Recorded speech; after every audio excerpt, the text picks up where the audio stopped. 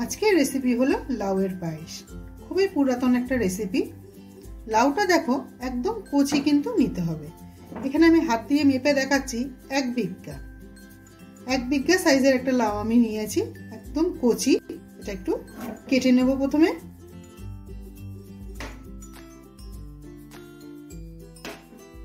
একদম পাতলা করে ঝিরিঝিরি করে আমি কেটে নেব। লাউটা আমি কেটে নিলাম, কেটে ধুয়ে নিলাম। দেখো একদম ঝিরিঝিরি করে কেটেছি। দেখো একটু বীজের কিন্তু কিছুই হয়নি, এতটাই কচি। আর এই কচি লাউটাই কিন্তু লাগবে পায়েসের জন্য। লাউয়ের পায়েসটা বানাবার জন্য একটা কড়াই বসিয়ে দিলাম। কড়াইতে দিয়ে দেব ঘি। এখানে 2 চামচ ঘি দিয়েছি আমি।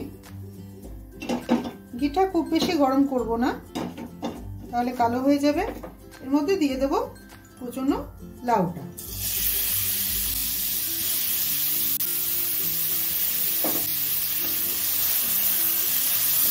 একদম হালকা করে 2 মিনিট ভাজা ভাজা করে নেব।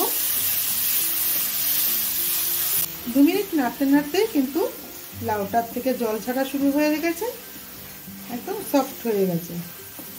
দেখো জল বেরিয়ে গেছে। জলটা একটু শুকিয়ে নেব আমি। যেটুকু জল বেরিয়েছিল সেইটুকুনি জল কিন্তু টেনে গেছে। দেখো এবার আমি এর মধ্যে দিয়ে দেবো জাল করে রাখা দুধ।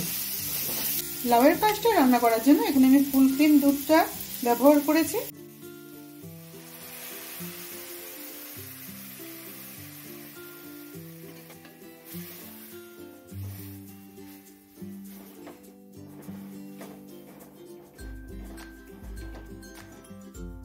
এর মধ্যে 2টো এলাচ, ফাটিয়ে নেওয়া এলাচ দিয়ে দিলাম। একটা তেজপাতা দিয়ে দেবো। অল্প করে কিশমিশ, অল্প করে কাজু দিয়ে দিলাম। কাজু কিশমিশ ছাড়া কিন্তু যে কোনো পায়েসে অসম্পূর্ণ হয়, তাই অল্প করে কাজু কিশমিশ দিয়ে দিলাম। দুধটা একটু ঘন হতে দেব। দুধটা দেখো ফুটে কিন্তু অনেকটাই ঘন হয়ে গেছে। এই পর্যায়ে চলে আসলে পরে এর মধ্যে আমি দিয়ে দেবো কনডেন্স মিল্ক। কনডেন্স মিল্কটা দিতেই হবে এমন কোনো ব্যাপার নেই। এটা দিলে পরে কি হয়, টেস্টটা খুব ভালো লাগে।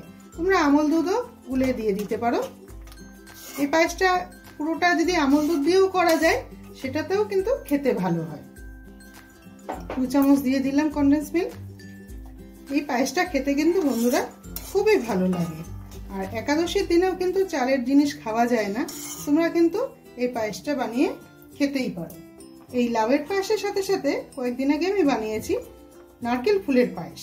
ডেসক্রিপশন বক্সে ভিডিওটা দেওয়া থাকবে লিংক, তোমরা চাইলে অবশ্যই গিয়ে দেখে এসো।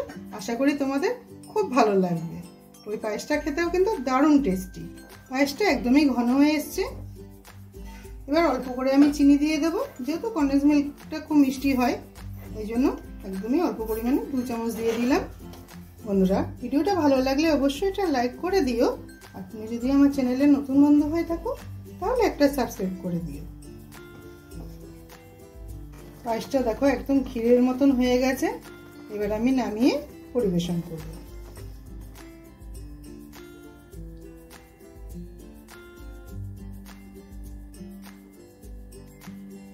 খুবই অল্প সময়ে তৈরি হয়ে যায় লাউয়ের পায়েস, যা খেতে কিন্তু খুবই ভালো।